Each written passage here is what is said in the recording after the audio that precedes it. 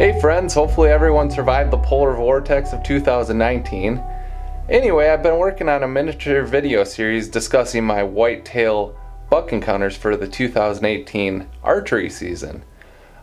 Just going to discuss strategies that were behind the hunt. If you guys have any tips, comment below. And if you guys like this video and want me to keep on creating content like this, let me know in the comments as well. Let's hop into the video. So like I said, we're just gonna hop into the video here. So one of the reasons that I decided to focus in on this property is because there's a lot of north facing slopes. And if there's a lot of north facing slopes, earlier in the season you're gonna have southerly winds. And these bucks are gonna be bedding on these leeward points. I have the buck bed indicated here in red, like Dan Infall talks about, that leeward bedding. And another reason I really like this property earlier in the season is because there's a road just south of this bean field, and I'm able to glass the entire bean field. Then I did that once or twice a week during the summer and the early fall. On October the 4th, I decided to make a drive out there and it started shining. I was able to find a nice mature buck back in this back corner of the bean field here. And as you can see, on October the 5th, I was going after that guy. Here's how excited I was once I got to the parking lot. I'd say I was pretty confident. So guys, I'm really excited for tonight's hunt. Last night I was out shining and saw a mature buck in a bean field last night, and I scouted that bedding area like 2 years ago, and I've been waiting for the right conditions to hunt that spot. Tonight is the night. Feeling really confident about this spot. So I wanted to discuss the axis now. I had a strong suspicion that this buck was bedding off this point because I pre-season scouted that in 2016, and I glassed him in this field over here. And I knew from scouting experience that there was a trail going from this bed to this field.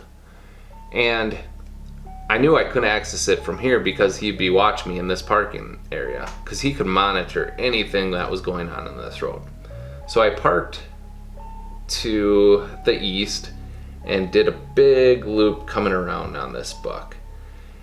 And I got to this apple tree, and that's where my confidence continued to skyrocket. Fresh rubs, there was some scrapes over there,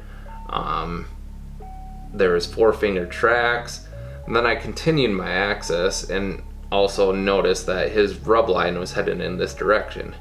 And when I got to about the pines right here, I noticed that there was some rubs heading kind of over towards this direction, so I had a feeling he might have been accessing his bed, looping around and getting in right here, almost maybe doing a J hook is what I was thinking. So I continued on my axis on this orange trail right here, and yeah, I got to the point where I was gonna set up, and I'll discuss why I set up and how I set up in the next part. It's right there. It's a good 4-finger track. Yeah, so he's got that rub. Got a rub snapped off here. Looks to be about a week old. I'm just hoping he's on the other end of this property. So I hope that's the one that I saw last night, because it could definitely be a good deer. Confidence is just skyrocketing right now. Found some fresh big buck turds. Rub that's just been opened up recently. It's all wet and stuff still. So the setup tonight, we got a point over here, then the ridge kind of comes at this towards the camera, and we have an east wind that's coming over the top, and the thermals are coming up the hill. So there's a thermal tunnel right here, but I'm hoping the bucks are coming from this bedding area over here and using this trail that comes right along here. And later in the night, my thermal females will be going down the hill, so I don't have to worry about my scent going up the hill towards the deer. We got a bunch of maple trees in here, and in this direction there's a soybean field. That's where I shined the big buck last night. That's what I'm in here for. So you guys were able to see my setup from a field view, but I figured it'd be good to talk about in kind of like an overview. So I set up right here. The buck's bed was over here. I couldn't get very close to the buck bed because the winds were maybe 1 to 3 miles an hour, if that. So I couldn't get very close to the bed. So I figured 200 yards would be the closest I got, because you don't want the buck, like Dan Infalt says, to smell you, hear you, or see you. So I backed off.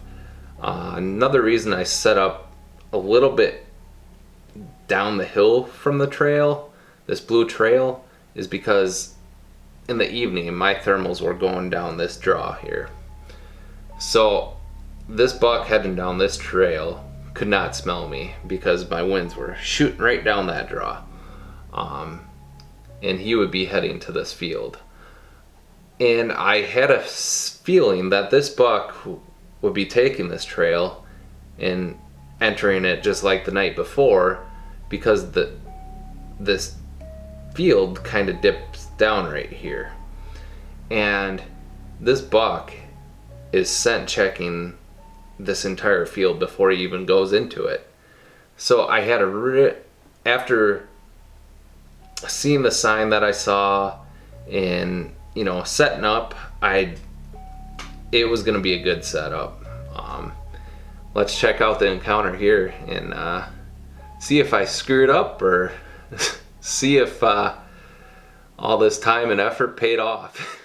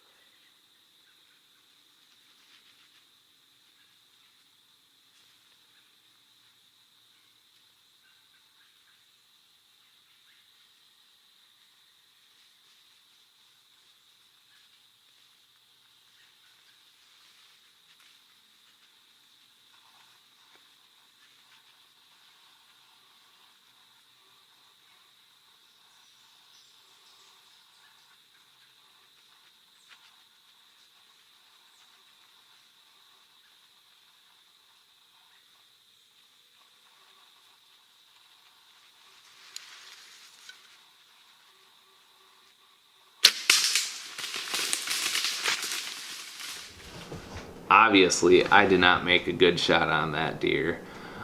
Wasn't able to recover that deer. Was able to get eyes on him later in the season. He was doing well and still kicking, so that was a good thing. But the reason I came out with this video was to start some, we're sitting here in the off season, create some discussion and how everybody can help each other improve their setups for the next season. How are you guys setting up in the hills in the early season? What do you guys look for, in early season setups? Before I start to ramble, I just want to say thanks for watching this video. If you guys like, getting into the details of the hunt, comment below. Let us know that, because we'll keep on creating these detailed videos, and thanks for watching.